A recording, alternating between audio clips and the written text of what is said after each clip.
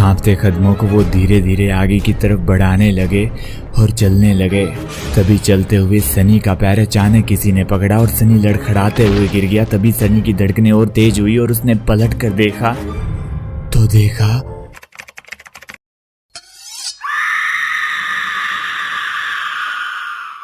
विक्की और सनी दोनों एक दूसरे के बहुत अच्छे दोस्त हैं। दोनों के बीच अगर कुछ थोड़ा सेम है तो वो विक्की की गर्लफ्रेंड, क्योंकि विक्की की गर्लफ्रेंड पायल सनी की भी बेस्ट फ्रेंड है।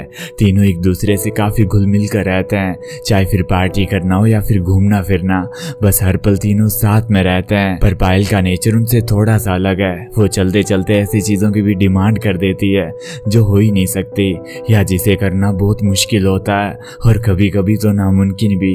ऐसी एक अजीब सी डिमांड उसने विक्की के बर्थडे पर भी की है।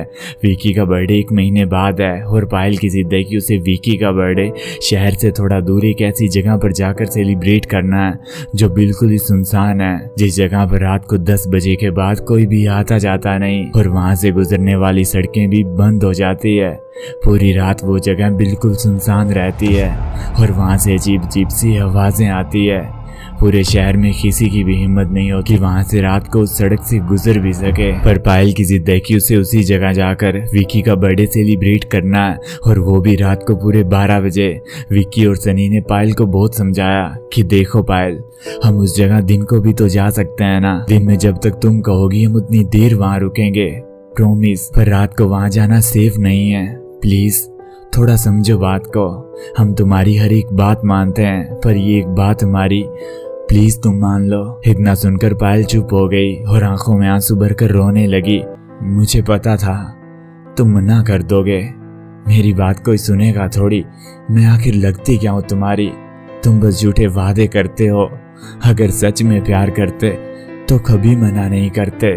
मुझे अब कोई सेलिब्रेशन ही नहीं करना तुम्हारे साथ, तुम दोनों चले जाओ यहाँ से, प्लीज प्लीज मुझे अकेला छोड़ दो। ये सब सुनकर विक्की और सनी बहुत उदास हो गए और ना चाहते हुए भी पायल को हाँ बोलनी पड़ी। उनके मुंह से हाँ सुनकर पायल खुश हुई, लेकिन विक्की और सनी एक अजीब सी गहरी सोच में पड़ गए कि आखिर ये सब मुमकिन होगा कैसे, कैसे हम इतनी रात को वहाँ जाएंगे और इतना टाइम वहाँ स्पेंड करेंगे। मुश्किल था, बहुत मुश्किल था। अब इस सिचुएशन को हैंडल करना और भी ज़्यादा मुश्किल था, लेकिन विक्की और सनी ने एक तरीका निकाला और पायल को भी मना लिया कि हम रात को 12 बजे वहां जाएंगे जरूर, लेकिन ठीक 12:10 तक हमारी वापसी हो जानी चाहिए। हम इससे ज्यादा देर वहां रुक नहीं सकते, हमारे लिए बस यही सेफ होगा। अब बस विक्की के बर्थडे को सिर्फ 1 दिन बाकी था और पायल की तरफ से सारी तैयारी हो चुकी थी, लेकिन विक्की और सनी के मन में अभी भी एक अजीब सा डर था। उन्हें लग रहा था जैसे कुछ गलत होने वाला है। वो दोनों बिल्कुल भी खुश नहीं थे, बस जो कर रहे थे सिर्फ और सिर्फ पायल की खुशी के लिए कर रहे थे। अगले दिन की सुबह तीनों ने मिलकर वो नाइट के प्लान का डिस्कस किया और फिर दिन में जाकर वो जगह विजिट भी की जहां उन्हें ये सब करना था। एक खंडर सा उस जगह और आसपास कुछ भी नहीं। एक टूटा बिखरा सा घर है वहां जहां उसकी पूरी छत भी नहीं। हर तरफ पेड़ों से घिरा हुआ वो इलाका जहां हवाओं का चलना भी शोर लगता है। एक अजीब सा खालीपन चारों तरफ जहां दिन में खड़ा रहना भी बोझ लगता है। पायल को वो जगह बहुत पसंद आई और पायल के कहने पर ही फाइनली वो जगह डिसाइड भी हुई। अब तीनों का प्लान कुछ ऐसे था कि रात को वो मेन सड़क तक कार से आएंगे और आगे का रास्ता पैदल तय करेंगे, क्योंकि आगे अंदर तक पूरी सड़क नहीं है। पहला और आखिरी ऑप्शन वहाँ पैदल जाना ही है और इसके अलावा कोई दूसरा ऑप्शन भी नहीं है। अब रात को जैसे ही 11:05 हुए, विक्की और सनी पूरे तैयार हो चुके थे। केक्स, कोल्ड ड्रिंक्स और पार्टी का पूरा सामान साथ में लिया और पायल का वेट करने लगे। विक्की और सनी आज भी पायल का घर नहीं जानते, बस वो खुद ही आती है उनके पास, इसीलिए वो लेने उसे उसके घर भी नहीं जा सकते। थोड़ी देर के इंतजार के बाद पायल भी वहां पहुंच चुकी थी। अब ठीक 11:15 पर उन तीनों की रवानगी उस जगह के लिए हो चुकी थी। फिर 11:15 से लेकर 11:40 का सफर उन्होंने तय किया और वहां उस सड़क तक पहुंच गए। कार वहां रुकी और तीनों एक एक करके उतरने लगे। अपना सारा सामान साथ में लिया और पैदल तीनों आगे की तरफ बढ़ने लगे। बहुत ज़्यादा अंधेरा था वहाँ, बस मोबाइल की रोशनी थी। हर जगह इतनी सुनसान पड़ी कि चलते कदमों की भी आवाज़ आ रही थी। विक्की और सनी बहुत डरे हुए थे। उनका बिल्कुल भी मन नहीं था जो वो कर रहे थे। कांपते कदमों को वो धीरे धीरे आगे की तरफ बढ़ाने लगे और चलने लगे। तभी चलते हुए सनी का पैर अचानक किसी ने पकड़ा और सनी लड़खड़ाते हुए गिर गया। तभी सनी की धड़कनें और तेज हुई और उसने पलट कर देखा तो देखा एक रस्सी थी वहां जो एक पेड़ से दूसरे पेड़ के बीच अटकी हुई थी और सनी का पैर भी उसी में फंस गया था, जिसके कारण सनी गिर गया था। ये सब देखकर सबके होश में होश आया और सब रिलैक्स हुए। तीनों फिर से धीरे धीरे आगे की तरफ बढ़ने लगे। धड़कनें और तेज हो रही थी और दिल भी जोर से धड़कने लगे। अब लगभग 11:50 का वक्त हो चुका था। मतलब 12 बजने में महज 10 मिनट बाकी थे। 10 मिनट के बाद विकी का बर्थडे शुरू हो जाएगा। उससे पहले उन्हें किसी भी हाल में वहाँ पहुँचना होगा। इसी सोच में उन्होंने अपने कदमों की रफ्तार को बढ़ाया और तेज चलने लगे।